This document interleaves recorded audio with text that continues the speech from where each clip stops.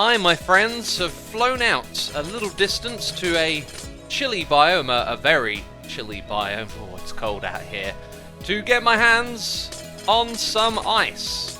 And 9 blocks of ice makes packed ice or compressed ice, and 9 of those can then make blue ice. And I only need 5 pieces of blue ice for today's project. But when I opened up my ender chest, I was reminded that I already had tons of this stuff collected. I didn't even need to make this trip out here. But that is quite alright, because there is another place that I need to take a trip to in this episode. And it is this fantastic place. And I've got to say, it's a lot cozier over here than where we were a moment ago. This, my friends, is Tango Etho's, we could call it a mini-game area, but it's going to be more like a theme park. And everything that's going to get built here is going to contribute to one massive Nether-themed theme park. Now, if you want to get the details on why this place is the way it is, what's up with the Netherrack platforms and the pathways here, you should go and check out Etho's and Tango's videos on this. They're putting a lot of thought and effort into how this park is going to be put together. And as you might suspect, we are here to construct a mini-game, although I've been thinking, it's not exactly a miniature game, it's just a game that we're going to end up playing with the other hermits. And what's most ironic of all is that my game isn't going to use a single block of ice, yet ice is essential for its construction. All will be revealed momentarily. I just wanted to show you this area because it's pretty stunning and I can't wait to contribute to it. But I would also like to show you that the distance between this area and my base is not very far. A couple of rockets and you can see we come into our area. Now while I'm here, what I need to grab is some soul soil, and it would appear that I haven't actually picked any of this stuff up. So with a fire resistance potion in one hand and an invisible totem of undying in the other, we head out to this horrid place, which is full of ghasts. Okay, I saw a whole bunch of them a moment ago. Come on, buddy. Ah, make it count. And now with my netherite shovel, we can just harvest up a bunch of this soul soil. Was I saying soul sand a moment ago? Soul soil is what we are after. Oh, look at that. There's basalt pillars coming all the way down from the top. I've not seen that like in survival before.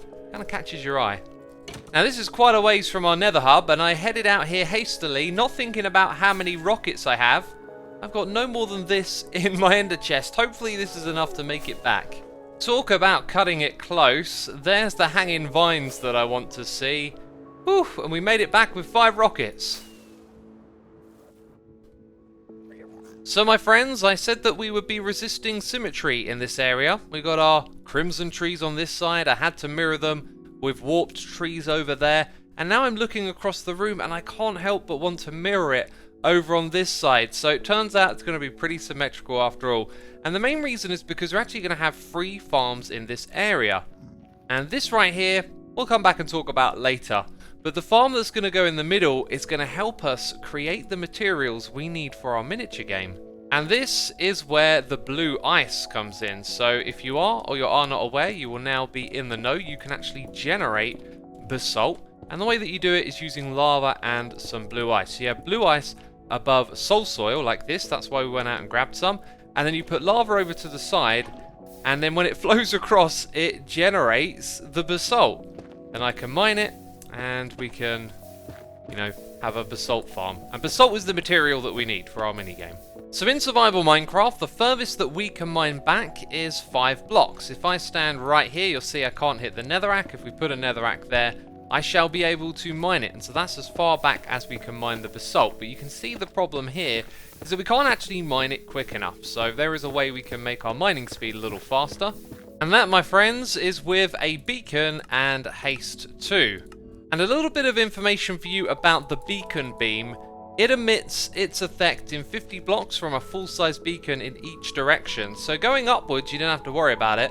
But going downwards, it's only going to emit it 50 blocks. But we are within 50 blocks of the nether roof ceiling. So it makes putting this thing together just nice and easy. So now we have haste. And look at that.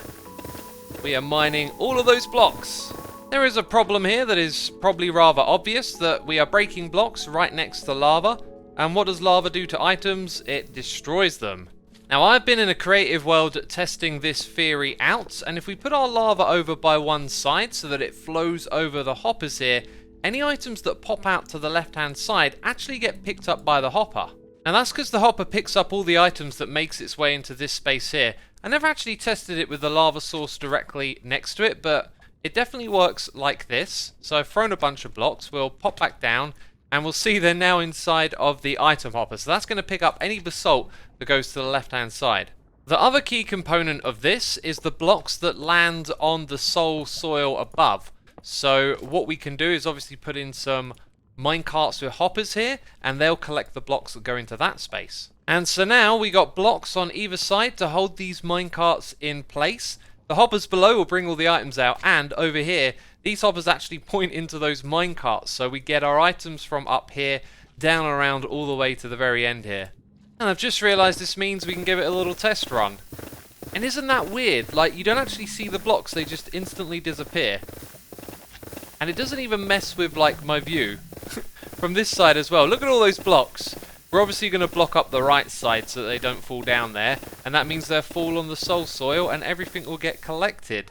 And then for the collection system, I think what we're going to do is just pump the items up to the player that's standing up there mining all the basalt.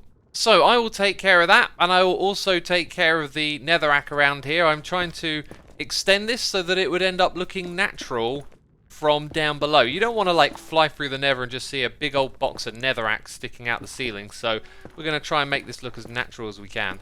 And that, my friends, has been taken care of. Now when it comes to the redstone, I decided to do this a little different than normal. I'm not sure if this is faster than a comparator clock, but essentially it's always powering this block except when it's locked, and that's when there are no items in this dropper thanks to the torch. As soon as there's something inside of here, it starts dispensing the items upwards.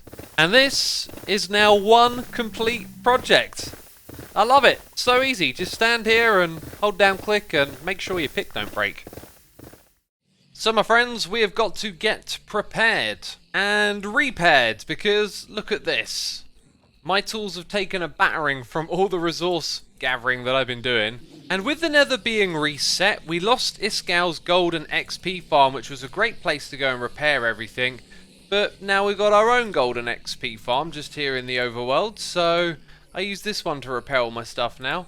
And a little while later, everything is fully repaired, which is fantastic. And I've also spent my time gathering up a lot of resources for the mini game. As you can see here, all sorts of material, tons of blackstone, and some other things we're going to need as well. And the way in which I got my hands on all of that blackstone was by coming under the ground where no one would see the removal of all of this stuff and just digging out big old pockets of it. And then whenever I would run out, I would simply mine in the direction until I found another one, and just kept going and going until I filled up an entire shulker box worth. And of course I got some basalt while I was mining that blackstone, but the bulk of it came from our basalt generator here. We are now all prepared and ready to head over to Tango Etho's theme park. I think this thing needs a name. I don't think they've given one yet. Let me know in a comment down below if you've got an idea I could pass on to them. And also while you're down there, leave a like on this video if you want to support the channel. I just want to take a moment to say thank you for all of the support. And if you are not subscribed, as you can see, the majority of you watching are subscribed, which is fantastic. If you want to subscribe as well and help us get to 1.5 million subscribers, that would be fantastic. We're getting real close, and a lot of you watching ain't subscribed, so if you want to hit that button, go right ahead. So there is this beautiful natural curved corner over here which I wanted to claim because the shape of my game is circular. However, I'm also going to be decorating the outsides so that it fits snugly into this theme park. And so I've kind of moved it in a little bit to give us some space, and that means I've got to spend some time over here ripping out the terrain. But we're actually going to do the game last. It's pretty simple. It just needs a playing area that's this size. And so the reason I have these materials, the magma blocks, the blackstone and the basalt, is because we're going to make it look a little bit like the basalt deltas around the outside, and almost like there is a volcano going on over here. But first things first, we need to move these shulker boxes out of the way, and I want to be a nosy neighbour. Wow, there is a lot of supplies over here, and there we go. That should give me plenty of space to work with. So now we have a cylinder of basalt over here, but plenty of space around it to build. And no, this isn't going to be the shape of the entire build. This is just how I get the building process started. Even from the inside here, I think I'm going to rough up these walls a little bit, but this is roughly going to be the height, so some blocks are going to go a little bit higher, some blocks are going to go a little bit lower as we kind of create the terrain. And for the players, I want them to have access from the side, so there's going to be an opening like this. They have their own little control room, and then the entrance to the game will actually be on this side, and it will go underground down here. So you'll go under the arena, then you can go left and right to either of the starting rooms, and then underground we can hide like the tutorial area and all of that sort of stuff. But right now I'm going to focus on the formation of the deltas. I've kind of been studying them a bit, and one of the things we're going to do here is actually use a lot of stone to fill up the blocks on the inside rather than build this thing up with basalt, because it's going to be kind of high and I don't really want to waste that material. So on the insides we're going to have loads of stone everywhere, and that means I can actually start creating the shape of this with stone alone and then go and put basalt blocks on top of it after we're done. And yes, I agree, it is a silly idea to fill this all in with stone. We can just leave it hollow and then put down some torches. And I tell you what, I ain't going to run out of stone anytime soon, because I need to clear out more of it. It's coming over to the edge here. And so that is the first step, like sort of create the shape, and now we can start to put basalt down here. Sometimes you start placing blocks down, you know you got the right idea in your head, and you get into a groove and it gets going, and you're like, yeah, this has worked. Although I haven't seen it from up here yet. Oh, I think it's going to work. I really think it's going to work. It looks so good so far, just that small little bit right there. Feels like a proper basalt delta. Oh, this is so going to work. I think we're going to have to integrate it into the mountain over here a little bit though. That might be tricky, but this going all the way around is going to be a piece of cake, and it looks superb. And something just don't feel right about jumping with jump boost on. It's too much. It feels like the camera's moving too much. I'm very conscious of that. You know, when I'm recording, I try not to go all over the place, because that's kind of annoying, right? So I really want to push things along at this moment and actually start building the game and show you how it will be played. The inside of the arena is now done, but not everything out there is complete. If we go and hop over this wall, you'll see that the backside hasn't been done yet.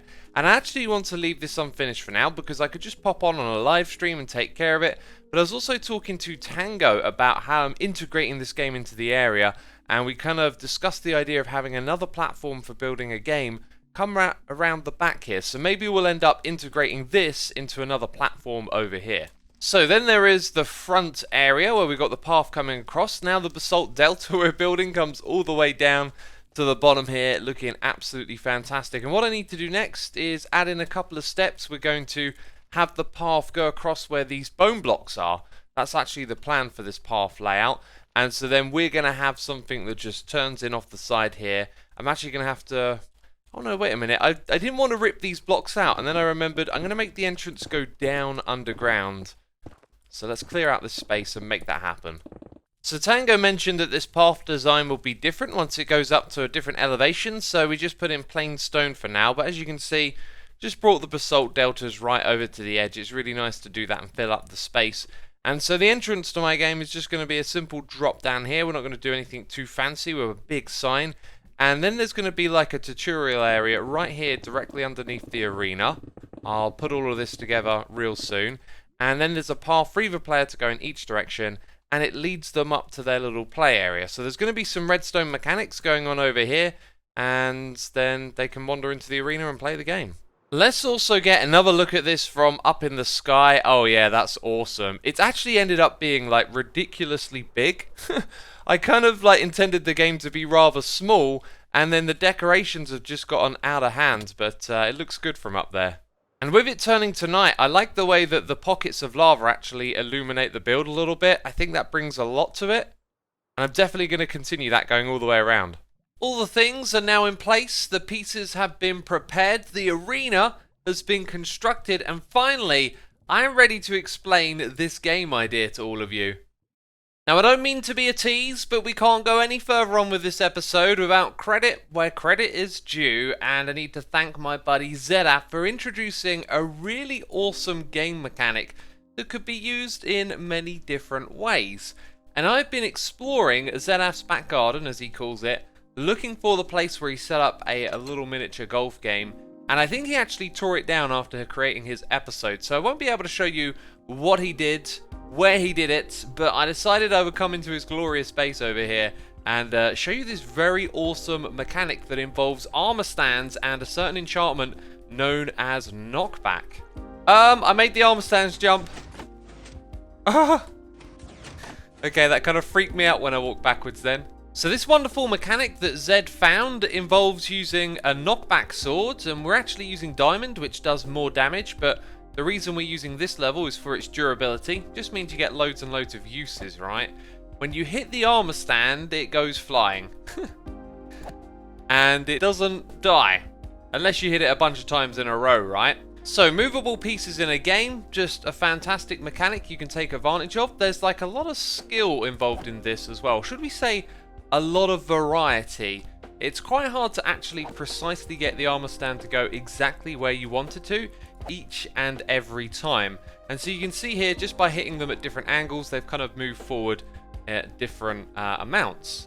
I am going to get a little bit distracted as I was going to start explaining my own game. The point was, Zed found this really cool mechanic, and there's a lot of depth to it as well. You can actually hit these things up blocks just like that. And I'll put a link to Zedaf's Hermitcraft episode in the description box down below if you want to go check it out. He really investigated all the ins and outs that you could do with moving these armor stands, so it's really good to go and watch. What we're going to do now is explain the mini game that I've come up with that exploits this mechanic. So this will be a turn-based game between two players, and how they determine who goes first, I don't know.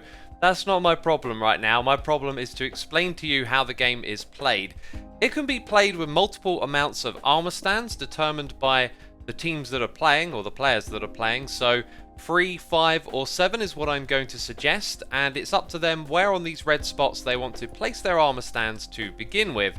And then to signify which ones are theirs, we're going to put helmets on top of these armor stands. So here we're playing a 3 versus 3 game, and as you know, they take it in turns to play, and obviously it's about moving the armor stands. So iron goes first, and then gold goes next. And the idea is for the base plates of the armor stands to touch. And when a player makes that happen on their move, like this hopefully. Okay, that's a very clear example of the base plates touching. They then remove the opponent from the game.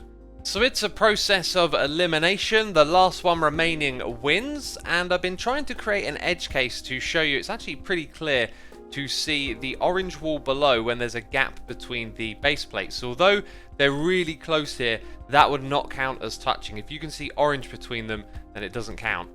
Now that on its own is going to be pretty fun and reasonable. One thing I want to get out of the way right now is that we currently have knockback 2 swords, and I actually want to get some knockback 1 books and give both a knockback 1 and 2 sword to the player. And then there's also going to be a fishing rod, because this will interact with the armor stands as well and allow you to make a precision shot. You do actually kind of have to aim to the side of the armor stand, then it hooks on, and then you can drag it towards you and make a very small move. So in a situation like this, this becomes very valuable, as I can nudge it along and then I would eliminate that piece.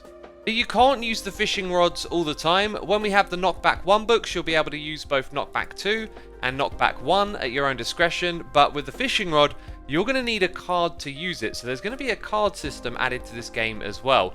And whenever a player takes a turn, they get to roll for a card. And once they have one, they can choose to use it before a turn whenever they feel is best. So over here, we've got a very simple randomizer, like a 50-50% chance of getting a book from down here. Just so happens that we got one. Of course, the floor would be filled in and the player would actually pick this up. So this one's called Precision, and inside the Precision card there is instructions, and this one is actually about the fishing rod. So you may make use of your fishing rod on this turn. Now it's a turn-based game, and every turn a player gets to roll the dice by pressing this button and getting a chance at getting a book. They can then keep the books in their inventory and use one of them on a turn. And sometimes there are conditions, because there are different types of books that we got down here, or cards as I should really call them. Now there are 3 precision ones in the deck. There are 2 double moves, 2 retreats, a swapping sides, and take their turn. And these decks will be the same for both sides that are playing. And here is where things get interesting. On take their turn, it says when casting this card, you take your turn, then your opponent's. When you take your next turn, you may not roll for a card or use a card either. Your opponent gets to roll for a card while you take their turn. So obviously it's quite powerful, therefore you don't get to roll for a card next time round or use one either. But essentially you could take your own turn if you're on this team, and somehow I managed to set that on fire. I'm not using the knockback sword. Well, that was a derp. And as I was saying, you would then take your opponent's turn, and as you can see, when they're close together, you can hit multiple ones at the same time, and then you would go back to taking your own turn again. So that's a very powerful card, and there's only one of them in the deck. Then we have swapping sides. Before taking your turn, swap the helmets of an opponent's armor stand with one of your own. You have swapped who controls these armor stands, and the game continues as normal. So as it describes, you get to come over and take the helmets off and swap them around, so you're essentially swapping the positions of two pieces on the playing board.